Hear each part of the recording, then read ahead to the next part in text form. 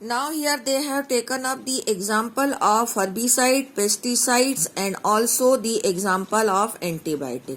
अब इन्होंने यहाँ पर इसको ये एग्जाम्पल 2 मैंने कोट किया है, इसको एग्जाम्पल 3 कोट किया है और इस मोथ्स वाले को एग्जाम्पल 1 कोट किया है।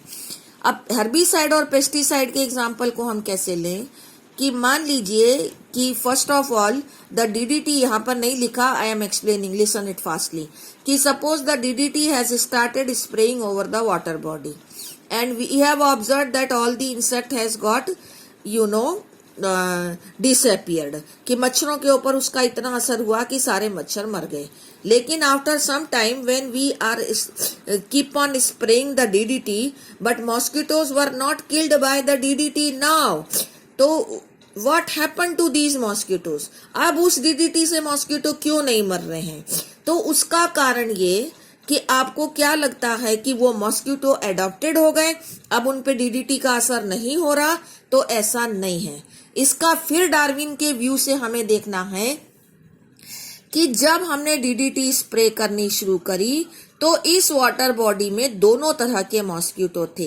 एक मॉस्किटो डीडीटी रेजिस्टेंट था और एक मॉस्किटो डीडीटी नॉट रेजिस्टेंट थे। एक का मतलब पॉपुलेशन से है कि एक इनकी पॉपुलेशन थी, एक इनकी पॉपुलेशन थी, लेकिन डीडीटी नॉट रेजिस्टेंट की पॉपुलेशन बहुत ज्यादा थी, समझ गए। और जब हमने डीडीटी का स्प्रे किया तो जितनी भी नॉन रेजिस्टेंट वैरायटी थी या ब्रीड थी वो सारी डिसअपियर हो गई। रेजिस्टेंट वैरायटी अभी भी वहां रह गई, लेकिन इट वॉज थॉट कि सारे मॉस्किटो किल्ड हो गए, लेकिन सारे किल्ड नहीं हुए थे, सिर्फ नॉन रेजिस्टेंट किल्ड हुए थे।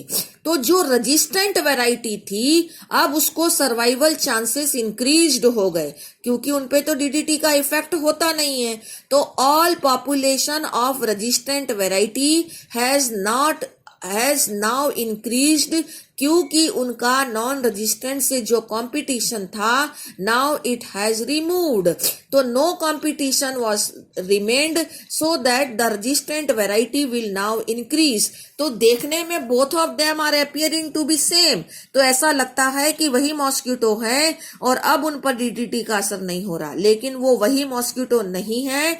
मॉस्किटो अब पहले नॉन रेजिस्टेंट थे जिन पर डीडीटी का असर हुआ और वो किल्ड हो गए, और अब जो वैरायटी है वो सारी रेजिस्टेंट वैरायटी है, इसलिए उसका डीडीटी पर का असर उस पर नहीं हो रहा।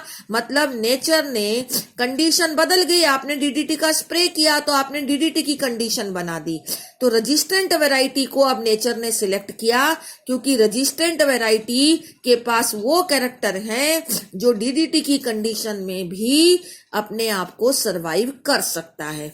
मतलब nature selects those who are fit to survive. अब डीडीटी के अंदर फिट टू सरवाइव कौन है? रेजिस्टेंट वैरायटी, तो नेचर इसको सिलेक्ट करेगा।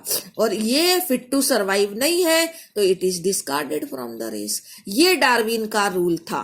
डार्विन ने दूसरी बात ये भी हम एंटीबायोटिक पर भी लगा सकते हैं कि अगर किसी पेशेंट को एंटीबायोटिक दी जाती है तो ऐसा लगता है कि वो मेडिसिन से उसका बैक्टीरिया किल हो गया, तो ठीक है, जो एंटीबायोटिक से नॉन रेजिस्टेंट बैक्टीरिया होते हैं वो ही किल होते हैं, और जो रेजिस्टेंट बैक्टीरिया होते हैं वो किल नहीं होते, बल्कि वो रेजिस्टेंट बैक्टीरिया सप्रेस्ड पड़े हुए थे।